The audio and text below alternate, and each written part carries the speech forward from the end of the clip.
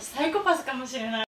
はい、どうも、ゲームが一緒になります。そして、はい、どうも、亀女子の桜井です。ありがとうございます。いいよ。イエーイ。桜さんにまた来ていただきました。また来ました。ありがとうござい1年ます。ぶりぐらい。そうですね。桜木さんといえばうちのチャンネルでは心理学の人ですよ。ああ、それで来るんか、またかい。ということで、ということで、心理テストサイコパス診断を持ってきました。おお。ああ、出た、あるよね。サイコパスの素質を奥に秘めているかどうかが分かるというテストなんですが、はい。本日の企画はサイコパス診断でサイコパスになってみよう。イエーイっていうクイズか。そうです。おお、なるほど。なるほどねはい、サイコパスに何に言ってください。わかりました。やったやった要するにサイコパスなら何と答えるでしょうクイズですね。はいなるほど。はい、答えがサイコパス診断でいうサイコパスの答えだった場合は1サイコパスポイント獲得でございます。なるほどね。長えな。お二人サイコパスの自負は？いやー、でも私変わってるって言われ続けて生きてきたから、あもしかしたらサイコパスかもしれない。あかもしれない。じゃあもう分かんなかったら自分の思ってること素直に書いたらそうね、そうです。サイコパス。なるほどね。自分の信じる。僕ね、デトロイトの工場で作られたんでサイコパスじゃないです。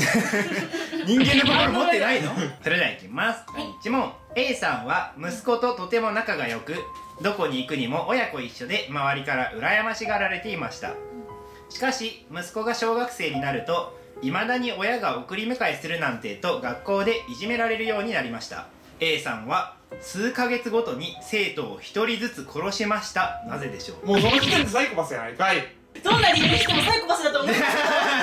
でこういう事件がもし起きた時に A さんは果たしてどういうことを考えて殺人をしたのか、もちろん殺人してる段階でよくはないんですがで焦点は数ヶ月ごとに一人ずつだよね。はい。字汚いけど分かりました。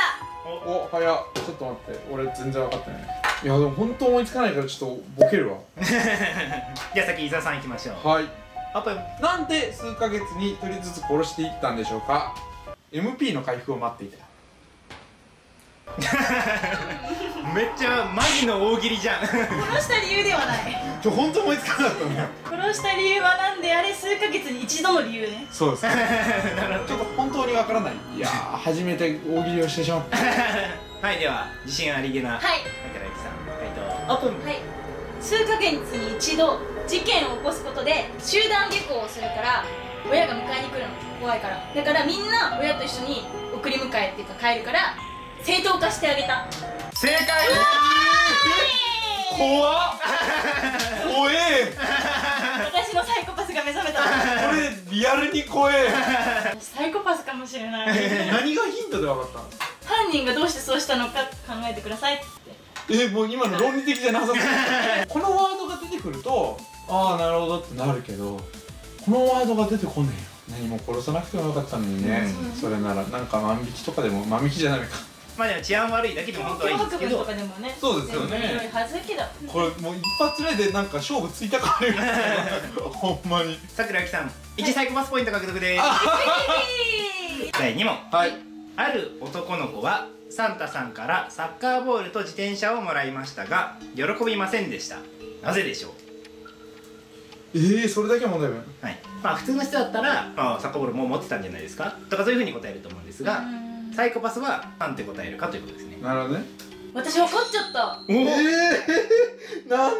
絶対そうだと思う。や。分かった。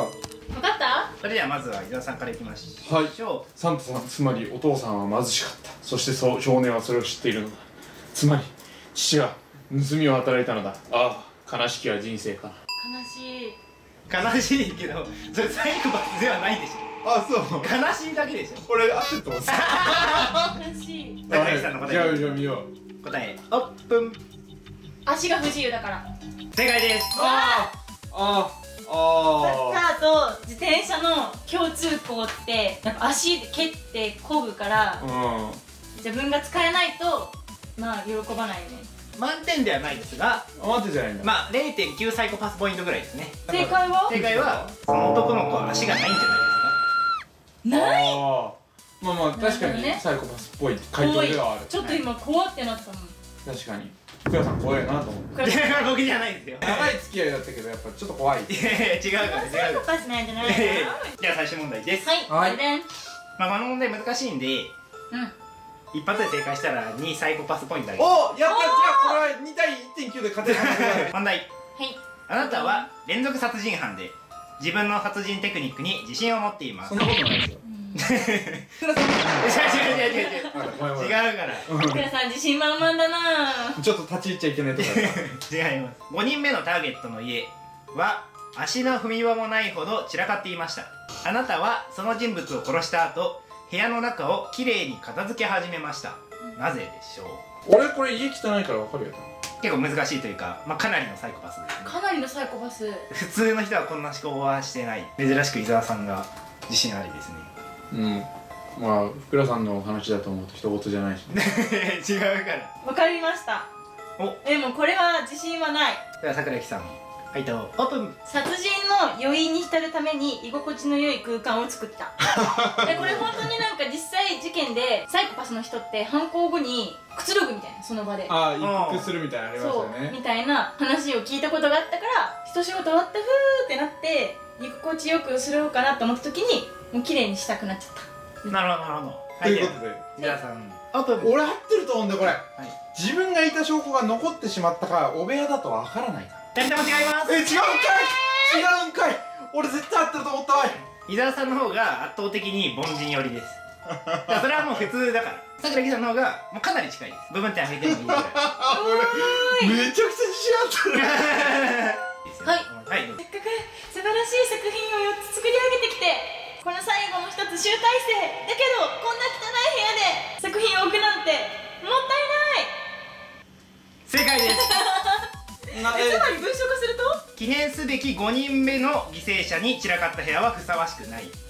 おー、つまりそういうことか。わかんねえよ。1人2人殺したとかでもうごちゃごちゃ言ってないんですよね。もう何人か殺す前提で5と数字にもうとらわれているっていう。なるほど。伊沢さん0サイコパスポイント。そうでしたね。桜木さん 3.9 サイコパスポイントでゆきさん勝利です。喜んでいいのかわからない。これですごい私のイメージダウンしないかな。一応サイコパス診断をやってきました。いろいろ怖かったです。はい、私もクラピーが怖かったです。違いますからね。福田さん今ね、本当ね、笑った声出してるけどね、顔が全然笑ってない。目がやばい。やばい、今やばい。